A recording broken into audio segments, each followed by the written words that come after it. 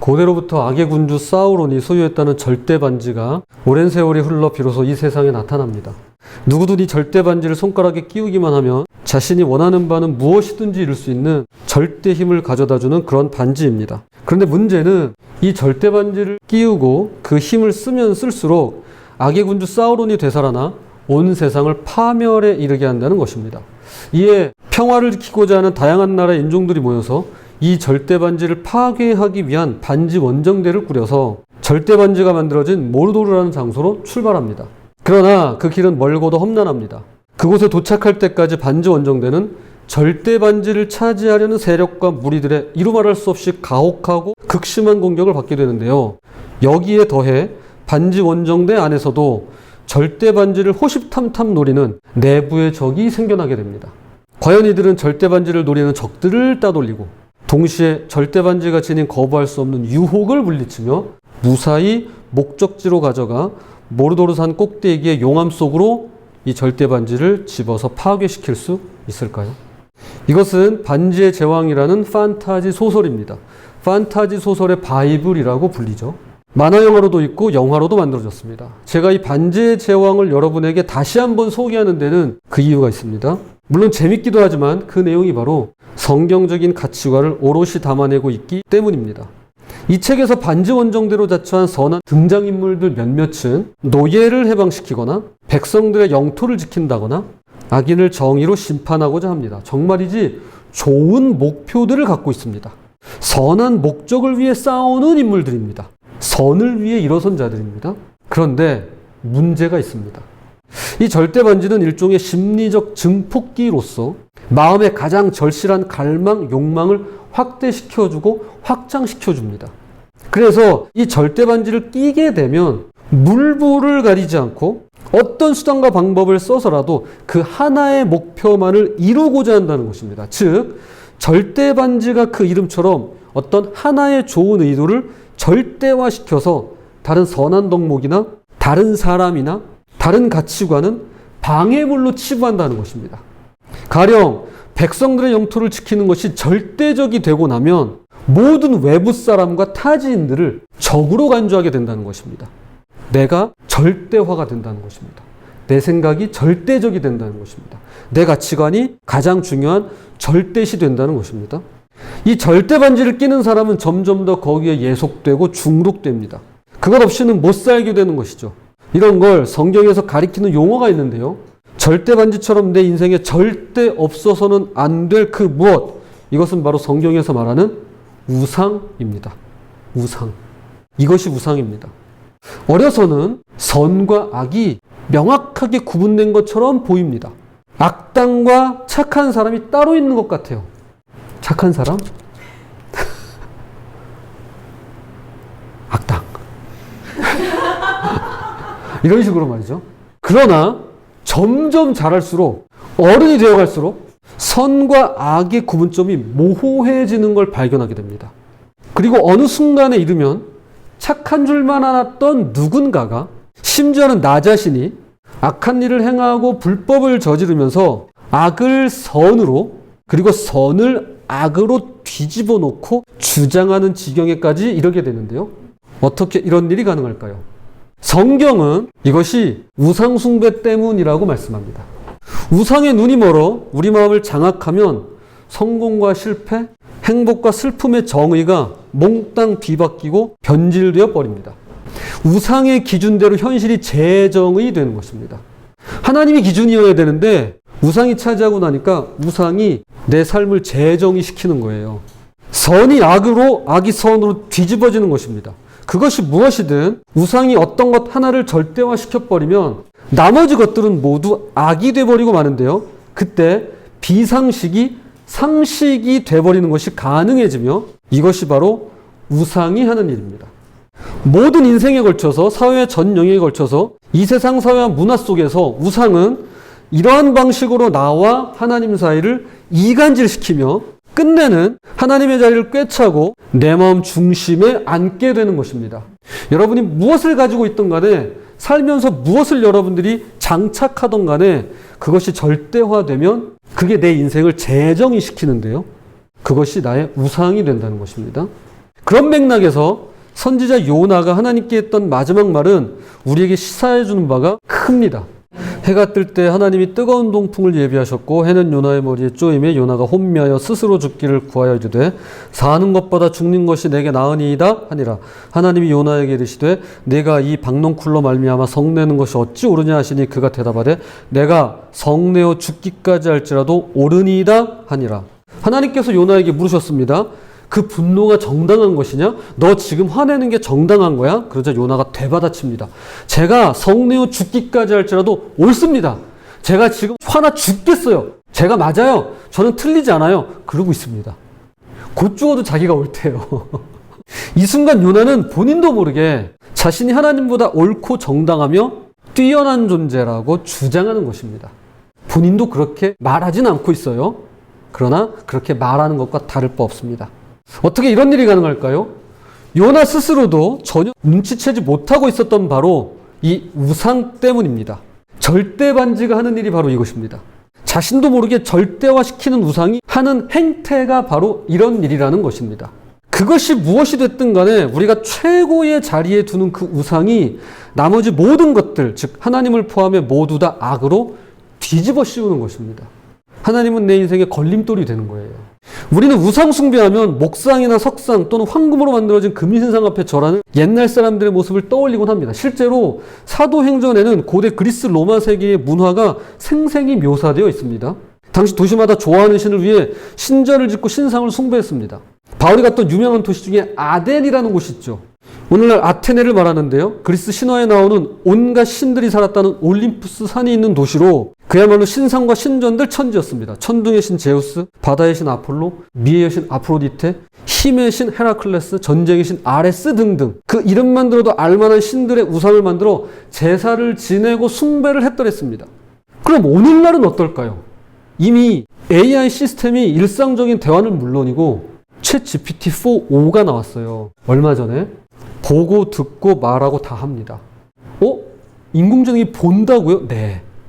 그림 그려서 이렇게 보여주면요, 얘가 이거 가지고 이야기를 해요. 자, 그런데 이것뿐만 아닙니다. 이 AI 시스템이 일상적인 대화는 물론이고 상대를 배신하거나 허세를 부리거나 사람인 척 속임수를 쓸 수 있습니다. 자, 그럼 이런 최첨단의 현대 사회는 과연 어떨까요? 한마디로 바울이 살았던 고대 사회와 근본적으로 다르지 않다라는 것입니다. 문화마다 그 문화를 지배하는 우상이 있습니다. 나름의 제사장도 있고요. 똑같이 토템도 있고 의식도 있습니다. 오늘날은 사무실이나 헬스장이나 스튜디오나 경기장을 그 신전으로 볼 수 있을 것 같습니다.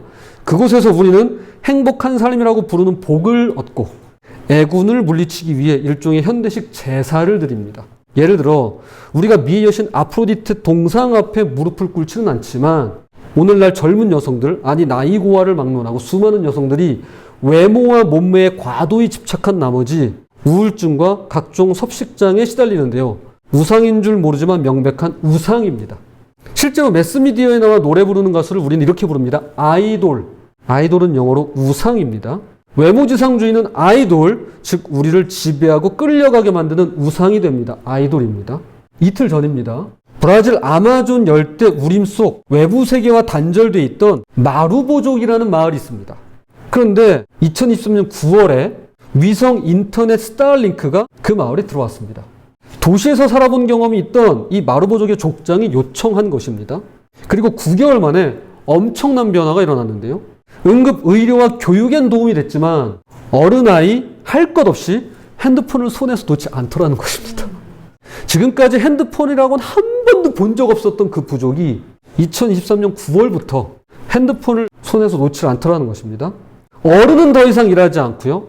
아이들은 더 이상 뛰놀지 않더라고 합니다.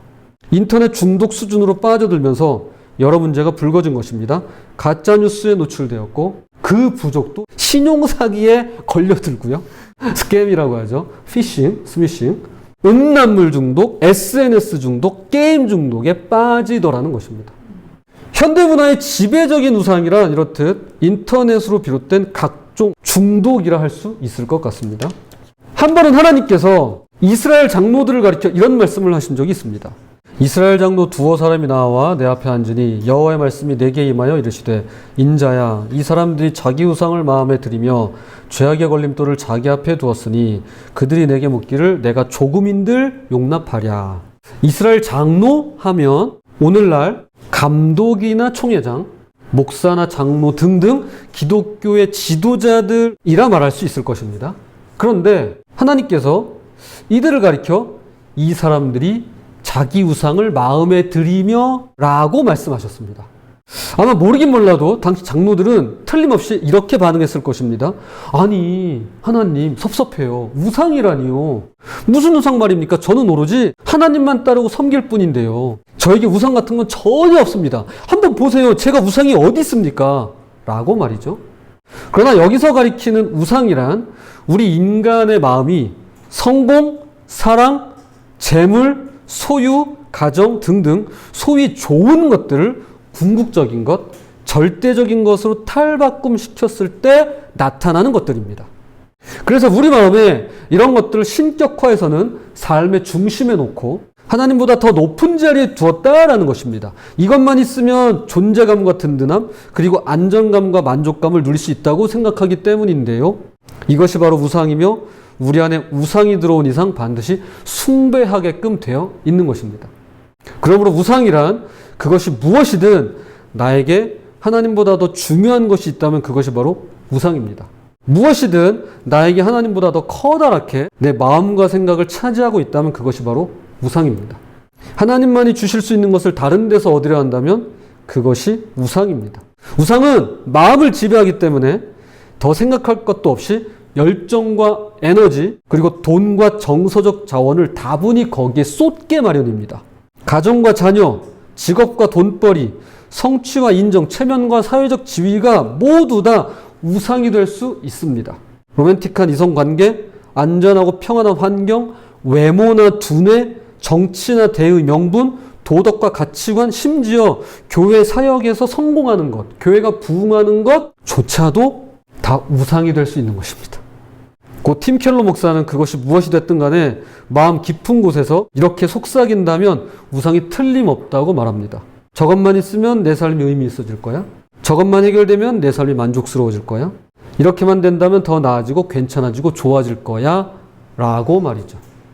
이제 오늘 우리가 처음 찾아서 읽은 출애굽기 20장으로 돌아가서 말씀의 결론을 맺도록 하겠습니다. 이것은 우리가 잘 아는 10계명입니다. 우리가 읽은 1절에서 6절까지의 말씀은 1계명과 2계명입니다. 첫 번째 계명이 이렇게 시작됩니다. 나는 중략하고요. 내 하나님 여호와니라. 너는 나 외에는 다른 신들을 내게 두지 말라. 이 말씀을 보면서 이렇게 질문할 수 있을 것입니다. 다른 신들이란 무엇일까요? 자, 여기 다른 신들을 내게 두지 말라라고 말씀하셨잖아요. 다른 신들이란 무엇일까요?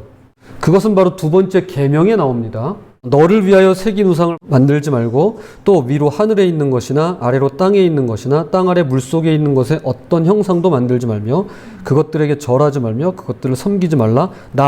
내 하나님 여호와는 질투하는 하나님인즉 나를 미워하는 자의 죄를 갚되 아버지로부터 아들에게로 3, 4대까지 이르게 하거니와. 단순히 눈에 보이는 신상이나 동물과 나무 같은 토템에 절을 하고 신내림을 받았다며 구슬을 하고 점을 쳐주는 무당과 타로카드 같은 재미로 보는 운세뿐 아니라 이 세상 모든 것이 이 안에 포함되어 있는데요.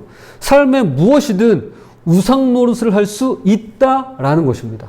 모든 것이 하나님의 대용품, 즉 내가 만든 신, 가짜 신이 될 수 있는 것입니다. 왜냐하면 그 누구도 아닌 바로 4절에 써 있잖아요. 너를 위하여, 즉 나 자신을 위하여 만든 것이기 때문에 그러합니다.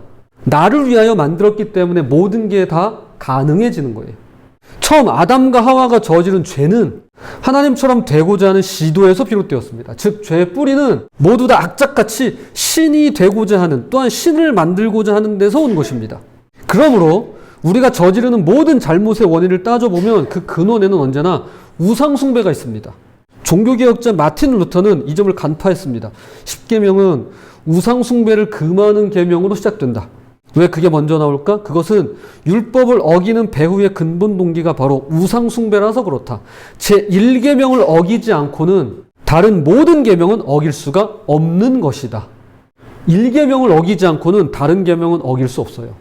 그 그 뒤로 나오는 계명들이 이런 거죠. 내 하나님 여호와의 이름을 망령되게 부르지 말라. 안식일을 기억하여 거룩하게 지키라 등등. 모두 다 우상 숭배를 경계하고 우상에 빠져들지 못하도록 우리를 보호하는 장치인 셈입니다. 그렇다면 우상 숭배에 빠져들지 않고 거기서 나오려면 어떻게 해야 될까요? 여러분, 우상을 그냥 없앨 수는 없습니다. 우상을 그냥 없애지 못합니다. 우상을 그 무언가로 대체할 수밖에 없음을 깨달아야 됩니다. 우리가 우상을 없애면 그 자리를 다른 우상이 차지하게 됩니다.